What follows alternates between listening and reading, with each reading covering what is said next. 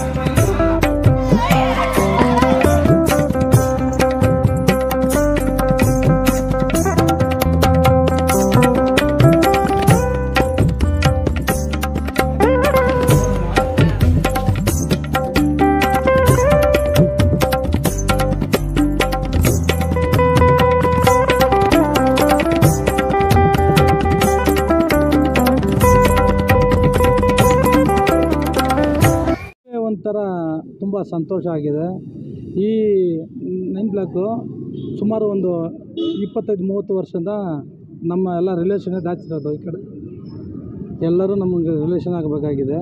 ಇದ್ರೂ ನಮಗೊಂದು ಸಂತೋಷ ಏನಂದರೆ, ಎಲ್ಲರ ಮನೆಗೆ ನಾವು ಹೋಗ್ಬಿಟ್ಟು ಅವ್ರನ್ನ ಭೇಟಿ ಮಾಡಿಸ್ಕೊಂಡು ಯಾವುದಕ್ಕೂ ನಾವು ಹೋಗಿದ್ರೆ ಇಲ್ಲೋ ಗೊತ್ತಿಲ್ಲ. ಈಗ ಚುನಾವಣೆ ಬಂದಿದೆ ಅಂತ, ಚುನಾವಣೆಗೆ ಎಲ್ಲರೂ ಬೇಕು ನಮಗೆ. ಅವರು ಭರವಸೆನೇ ಬೇಕು, ಅವ್ರ ಆಶೀರ್ವಾದನೇ ಬೇಕು, ದೊಡ್ಡವರು. ಅದರಿಂದ ನಮಗೆ ತುಂಬ ಸಂತೋಷ ಆಗಿದೆ. ಇದರಿಂದ ಏನು ಕಾಣ್ತದೆ ಅಂದರೆ, ರಾಷ್ಟ್ರ ಪಕ್ಷದವರು ಮನೆಗೆ ಹೋಗಲ್ಲ, ಒಂದೊಂದು ಮನೆಗೆ ಹೋಗ್ಬಿಟ್ಟು ಓಟ್ ಕೇಳೋಣ. ನಾವು ಡೋರ್ ಟು ಡೋರ್ ಹೋಗಿ ಎಲ್ಲರ ಹತ್ರ ಕಷ್ಟ ಸುಖವನ್ನು ಹೇಳ್ಕೊಂಡು, ನಮ್ಮ ಕಷ್ಟ ಸುಖವನ್ನು ಹೇಳ್ಕೊಂಡು, ಅವ್ರ ಕಷ್ಟ ಸುಖವನ್ನು ಕೇಳಿ ಓಟನ್ನ ಕೇಳ್ಕೊಂಬರ್ತಾಯಿದ್ದೀರಿ. ಅದೇ ಥರ ನಮಗೆ ಎಲ್ಲ ಜಾಗದಲ್ಲೂ ಒಳ್ಳೆ ಆಶೀರ್ವಾದ ಕೊಡ್ತಾಯಿದ್ದಾರೆ.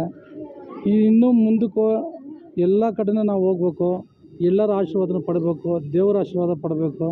ನಮಗೆ ಹಿಂದೂ ಮುಸ್ಲಿಂ ಕ್ರಿಶ್ಚಿಯನ್ಸ್ ಅಂತ ಏನಿಲ್ಲ, ಎಲ್ಲರೂ ಒಂದೇ, ಎಲ್ಲರೂ ಚೆನ್ನಾಗಿರಬೇಕು. ಈ ಭಾರತ ದೇಶದಲ್ಲಿ ಎಲ್ಲರೂ ಚೆನ್ನಾಗಿರಬೇಕು ನಮ್ಮ ಉದ್ದೇಶ.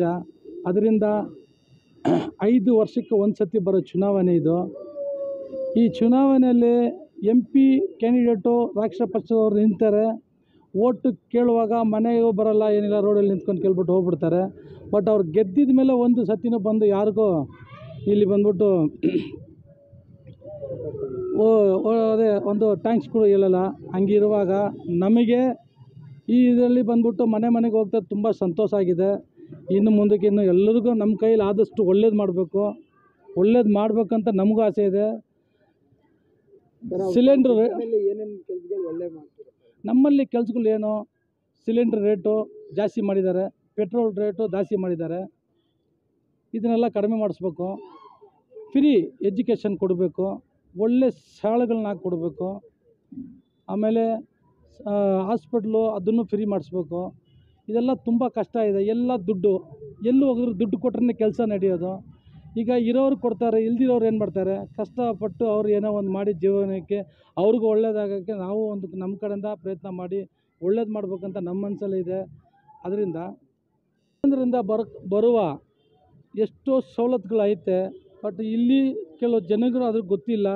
ಇದನ್ನೆಲ್ಲ ನಾವು ಕೇಂದ್ರದಿಂದ ಬರೋ ಎಲ್ಲ ಒಂದು ಸಂಸ್ಥೆಗಳು ನಮ್ಮ ಕಡೆಯಿಂದ ನಮ್ಮ ಕೈಯಲ್ಲಿ ಎಷ್ಟು ಆಗುತ್ತೋ ಅಷ್ಟು ನಾವು ಪ್ರಯತ್ನ ಮಾಡಿ ಎಲ್ಲರಿಗೂ ತಿಳಿಸ್ಕೋಬೇಕಂತ ನಮ್ಮಲ್ಲಿ ಇದೆ.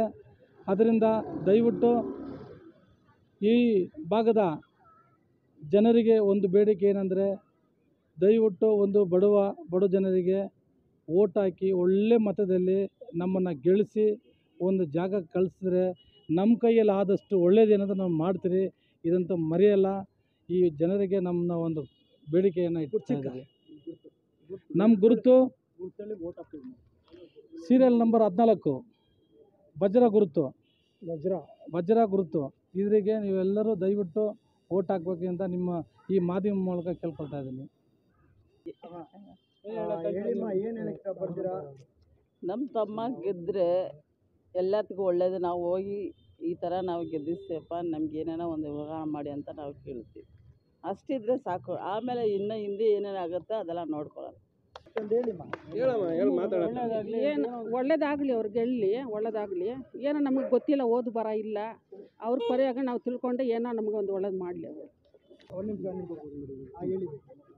ಅಣ್ಣ ಜೈಪಾಲ್ ಅವರು ನಾವು ಈಗಿಂದ ಅಲ್ಲ, ಚಿಕ್ಕ ವಯಸ್ಸಿಂದ ನೋಡ್ತಾ ಇದ್ದೀವಿ. ಅಣ್ಣ ಜೈಪಾಲ್ ಅಣ್ಣವರು ಸಾಮಾಜಿಕವಾಗಿ ಎಲ್ಲ ರೀತಿಯಲ್ಲೂ ಬಡವರಿಗೆ, ದೀನರಿಗೆ, ದಲಿತರಿಗೆ ಎಲ್ಲರಿಗೂ ಆಶಾಕಿರಣವಾಗಿ ಭಾಳ ಕೆಲಸ ಮಾಡಿದ್ದಾರೆ.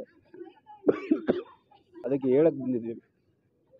ಅಣ್ಣ ಒಂದು ಸಂಘಟನೆಯಲ್ಲಿ ಇದ್ದವರು, ಎಲ್ಲ ರಾಜಕೀಯ ಪಕ್ಷದಲ್ಲಿ, ರಾಷ್ಟ್ರೀಯ ಪಕ್ಷದಲ್ಲಿ ಇದ್ದವರು, ಕೆಲಸ ಮಾಡಿದವರು. 20-25 ವರ್ಷದಿಂದ ಸಾಮಾಜಿಕ ಜಾಲತಾಣಗಳಲ್ಲಿ ಆಗಲಿ, ಸಮಾಜ ಸೇವೆಗಳಲ್ಲಾಗಲಿ ತೊಡಗಿಸ್ಕೊಂಡು ಇವರು ಭಾಳ ಜನರಿಗೆ, ಬಡವರಿಗೆ, ಬಗ್ಗರಿಗೆ ಭಾಳ ಹೆಲ್ಪ್ ಮಾಡಿದ್ದಾರೆ. ಅದನ್ನು ನೀವು ಹೋಗಿ ನೋಡ್ಬೋದು. ರಾಗಿಗುಡ್ಡದಲ್ಲಿ ಹೋಗಿ ನೋಡ್ಬೋದು, ಅಥವಾ ಜಿ ಡಿ ಮಠದಲ್ಲಿ ಹೋಗಿ ನೋಡ್ಬೋದು, ಇಲ್ಲ ಮಡಿವಾಳ ಮಾರ್ಕೆಟಲ್ಲಿ ನೋಡ್ಬೋದು. ಇವ್ರದ್ದೇ ಬಂದು ಪ್ರತಿಯೊಂದು ನಗರದಲ್ಲಿರುವ ನಮ್ಮ ಬೆಂಗಳೂರು ನಗರದಲ್ಲಿರುವ ಪ್ರತಿಯೊಂದು ಮಾರ್ಕೆಟ್ಗಳಲ್ಲೂ ಅಣ್ಣನ ಹೆಸರಿದೆ, ಅಣ್ಣನ ಕೆಲಸಗಳಿದೆ, ಅಣ್ಣ ಕಾರ್ಯವೈಖರಿಗಳನ್ನ ಎಲ್ಲ ಬಂದು ಹೇಳೋರು ಇದ್ದಾರೆ. ತಾವು ಬೇಕಾದ್ರೆ ವಿಚಾರಿಸ್ಬೋದು. ಅಣ್ಣನ ಈ ಕಾರ್ಯವೈಖರಿಗಳನ್ನೆಲ್ಲ ನೋಡಿ ನಮ್ಮ ಸಂಘಟನೆಯವರು ಹಾಗೂ ಎಲ್ಲ ಬಂಧು ಮಿತ್ರರು, ಸ್ನೇಹಿತರು ಎಲ್ಲ ಸೇರಿ ಈಗ ಅಣ್ಣನಿಗೆ ತಾವು ದಯವಿಟ್ಟು ನಿಂತ್ಕೋಬೇಕಂತ ಹೇಳ್ಬಿಟ್ಟು ನಮ್ಮ ಒತ್ತಾಯದ ಮೇರೆಗೆ ಅಣ್ಣ ಈ ಬಾರಿ ಚುನಾವಣೆಗೆ ನಿಂತಿದ್ದಾರೆ. ಈಗ ಒಬ್ಬ ಮನುಷ್ಯ ನಿಂತ್ಕೊಂಡ್ರೆ ಒಂದು ಫಸ್ಟ್ ಸ್ಟಾರ್ಟಿಂಗ್ ಸ್ಟೇಜ್ ಬರ್ತದೆ, ಕಾರ್ಪೊರೇಟ್ರು ಇಲ್ಲ MLA ಎಷ್ಟು ಸ್ಟೇಜ್ ಬರುತ್ತೆ.